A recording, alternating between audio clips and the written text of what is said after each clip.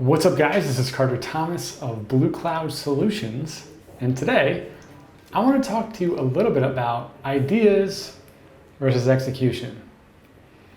And this is going to go against a lot of what you may have heard before from many of the famous guys, men and women out there that talk all about hustle and working hard and really just gunning it all the time. And myself included, I think that hard work and hustle is critical to success in business and just in life.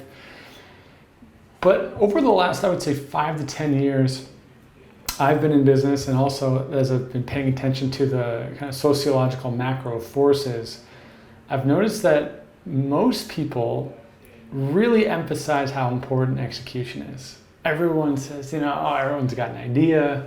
It's all about who can execute, right? Or, talk is cheap. Once you actually do the stuff, that's when you find out who's really successful. And I'll be the first to tell you that is 100% true. If you are not going to actually do the work, you're probably never going to find true success. Even if you hit a gold mine at some point, if you're not willing to continue to put in the work, you won't find happiness, fulfillment, long-term money, and the chances are you'll probably lose the money you have anyway. So I think that hard work is the most important part. I want to be very clear about that. But I do think that we are getting to a point where it's really important to start seeing value in the ideas themselves. Seeing value not only in the ideas, but in the market selection. All right, now I'm going to tell you a quick story, and this is kind of how this all... I've been thinking about this for a long time, and I've told a few people about this story, but I want to share it with you. I was on this swimming trip a couple of years ago, and I was on the boat. It's like you go on a big boat and you go swimming around islands. And I met this guy who his company had been purchased by Google. And he was telling me that he walked in and he was given a huge new assignment, and they had a huge budget, and they said, your task is to come up with something that we can spend this money on. And the guy said, oh man, I got a million ideas. Like, I'm an entrepreneur. I got a million ideas. And they came back and they said, yeah, that's nice. We need a real idea. We need an idea that we can put all this horsepower behind. We have $1 billion for your budget. We have 300 engineers waiting for you.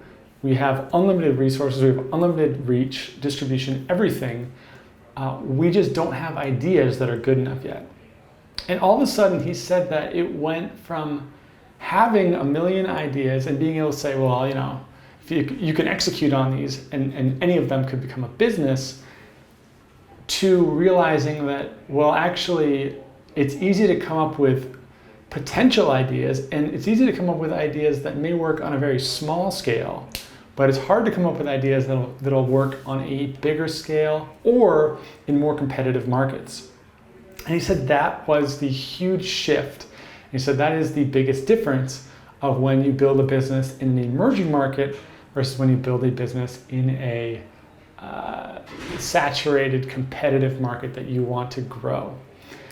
And the reason I think this story is so interesting, and I've heard this multiple times from companies, especially Google, but Amazon, Facebook, any of these bigger companies, their biggest problem is not finding people or executing on them or having money. Their biggest problem is that they don't have good enough ideas. And the reason I want to share this with you is because I think a lot of people in the app business are still in that tunnel vision mentality of it's just about the execution. If I just get it done, then I've done my work. Like, that is enough to be a winner in the app business. And what I'm here to tell you, what I've been trying to tell you guys for the last year, and what I've been doing myself in the app business and in other businesses, is that the idea, what I like to call market research, understanding the opportunity that you are going after, the people that you are serving with your business, is actually where the real money is. The execution, the information is all out there, right? We all know that you can sit down and learn how to make an app business. You can take a course, one of our courses, you can watch YouTube videos, you can read our blog, anything. and you can get the information, and you can even hire people, you can get it done, you can get an app in the store. But what I think is happening with many people, and many people have figured this out, is that if you don't have the right market selected, if you're not solving a problem, if you're not actually serving people in a way that they care about, if you don't have the right idea going into all this, all the work can be very difficult to turn into a business, right? We are getting to a new form of business. This is a more competitive world where prices are cheaper, templates are cheaper, labor is cheaper. It's easier than ever to get this information and get an app in the store. But now a lot of your work has to be in the research. It has to be in picking the right idea, picking the right audience. If you ever have any questions about that, we talk about this all the time in our Facebook group. In our emoji arbitrage course, I do a massive module on how to pick the right audience and pick the right market research.